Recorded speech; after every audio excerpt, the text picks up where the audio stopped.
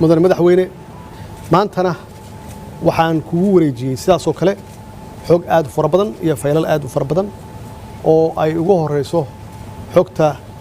ciidanka xooga ama ciidanka qalabka sida guud ahaan khaasatan waxaan rabaa inaan xuso ciidamo waxaa jira aad u fara badan oo tababar noogu maqan ay ugu horeeyaan ciidankii ugu badnaa aan dibadda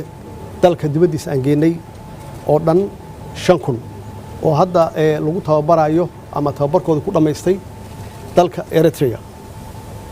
ciidankaasi tababarkoodu waxay dhameysteen sanadkii la soo dhaafay dhexdhexaadkiisii iyadoo la rabay in la keeno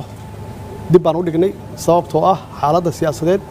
iyo doorashada aan ku jirnay inay saameyso madaxweyne ciidankaas waa ku diyaar waxaan kaloo aan kugu wareejiyay sida adigu aad igu wareejisay 5 sano ka hor aan dib kugu wareejiyay in badqabka khayraadka dalka uu intact yahay sidii aan ugu imid aysan wax isbedel ah aysan ku dhicin arinta badda murankeedii inay soo afjarantay ay soo dhamaatay sanadkii la soo dhaafay waxa intaas dheer hawadii dalka inaan soo celinay waxa kamid ah hadeen cafinta iyada naftigeeda oo adigu aad soo bilowday madaxweynaha sidoo uu sheegay maanta waa maalin oo taariikhi ah oo u baahan in aad iyo aad loo xuso loona xasuusto madaxweynuhu si tartiiba oo nidaam ah ayuu igu wareejiyay xilka dukumeentiyaasha iyo mashaariicda faylasha waaweyn oo madaxweynuhu ka hadlo dhan waan la wareegay waa tartiib ayaan dib wada akhrin doonaa wada fiirin doonaa wixii macluumaadahoo aan fahmi waayayna dabcan walaalkay waa joogaa dibaan ugula noqon doonaa waa weydiin doonaa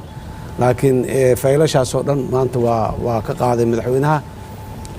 sida ciidamada amniga khaasatan waa run ciidamada Eritrea jira muddo dheerna way naga maqnaayeen waana wiilasheennii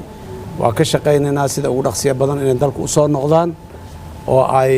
dalkii dib u xoreyntiisa ay qaybta weyn oo ay ku leeyihiin ay ka qaataan waa ciidan Soomaaliyeed dalka Soomaaliya iska leh qofna ma lahayn dal kalena ma laha taasi waa halkaas inaha kaloo dhanna deen cafintu way soo socotay haddana way socotaa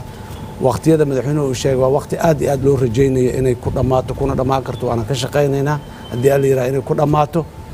wixii dan Soomaaliya oo dhan waxayna intaas kadib waxaan rabaa inaan ku soo gunaanado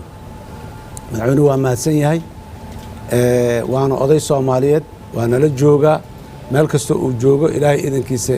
waana la tashan doonaa waana muxuu ahaay iska warqabi doonaa haddii alla yiraahdo